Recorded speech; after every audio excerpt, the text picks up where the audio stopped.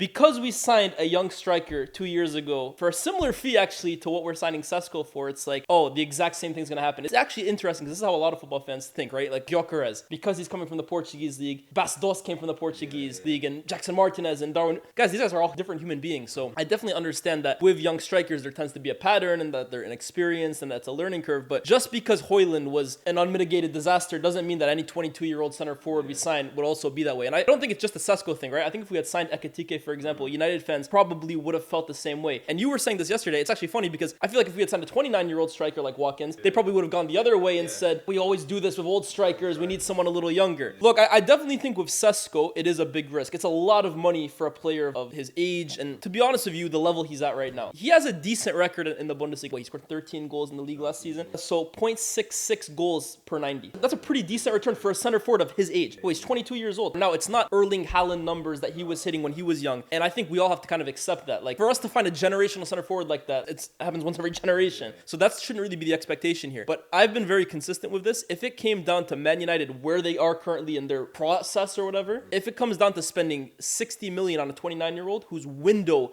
is significantly shorter than a younger player, or spending 70, 80 on a 22-year-old but has the potential longer window, I'm always going to take the risk on that younger player, especially when I think his talent is of that level. And I personally think Šeško's is.